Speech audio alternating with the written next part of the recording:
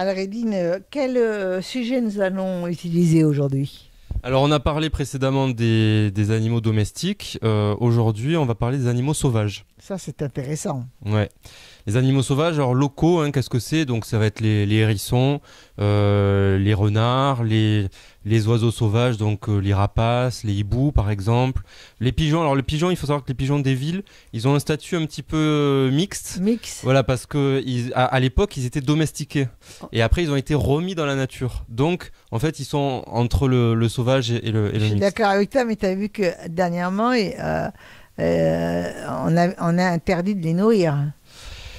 Ouais, alors il faudrait que Bon, les pas villes, dans notre en fait, jardin. ouais, ouais, Pas dans notre jardin, heureusement. en fait, il faudrait que les villes mettent en place. Et nous, par exemple, c'est ce qu'on fait à Montpellier. On a des pigeonniers contraceptifs, justement, qui permettent la contraception des animaux, mais on leur met des graines du coup pour qu'ils se nourrissent là-dedans, et ça permet les deux.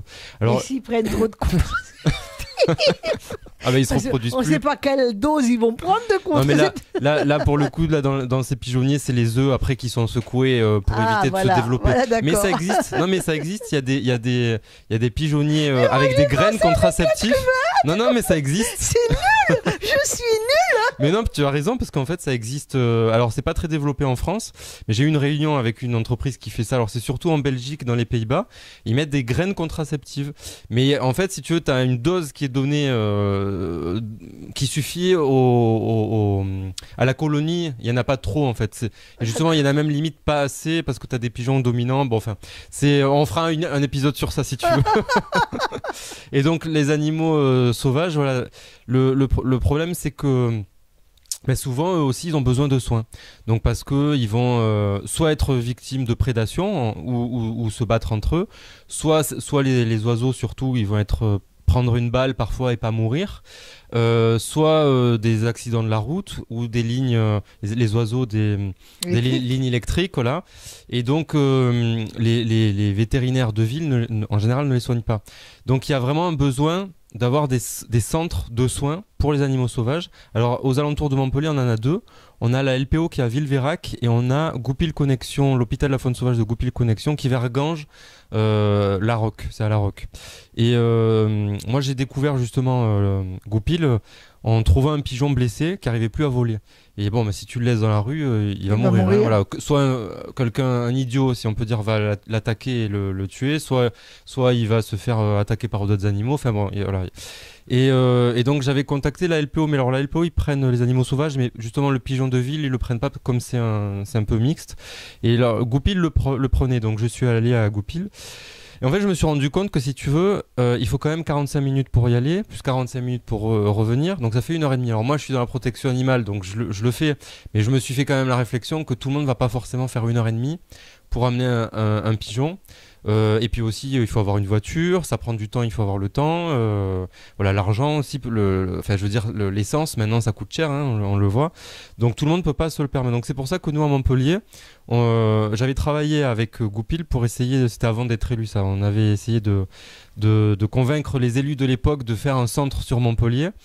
Mais bon, ça n'avait pas fonctionné, donc c'est pour ça que nous, là, depuis que j'ai été élu, c'est un projet qu'on est en train de faire aboutir sur Montpellier.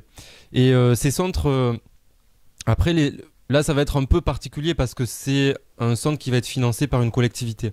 Mais les autres centres de soins, c'est des associations.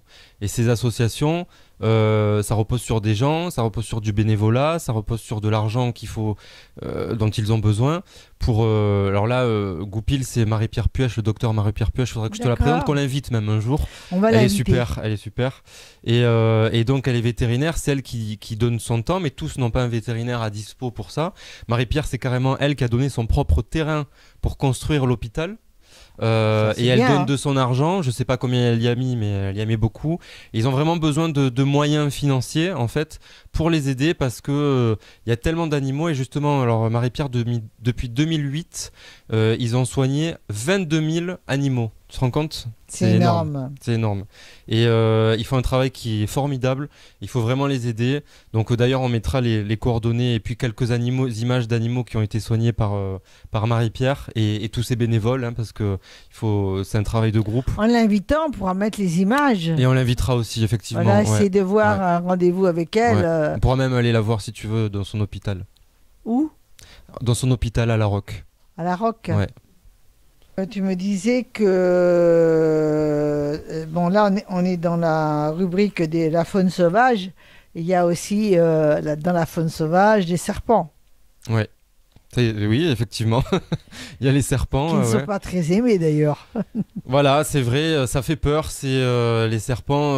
C'est vrai que je te cache pas que personnellement, moi-même, j'aime tous les animaux, mais j'ai une phobie des serpents. Moi, je l'ai fait une fois avec une danseuse.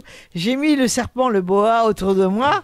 D'ailleurs, je ne savais pas qu'il avait autant de force. J'ai eu la trouille de ma vie, mais quand on m'a proposé de l'argent, j'ai accepté.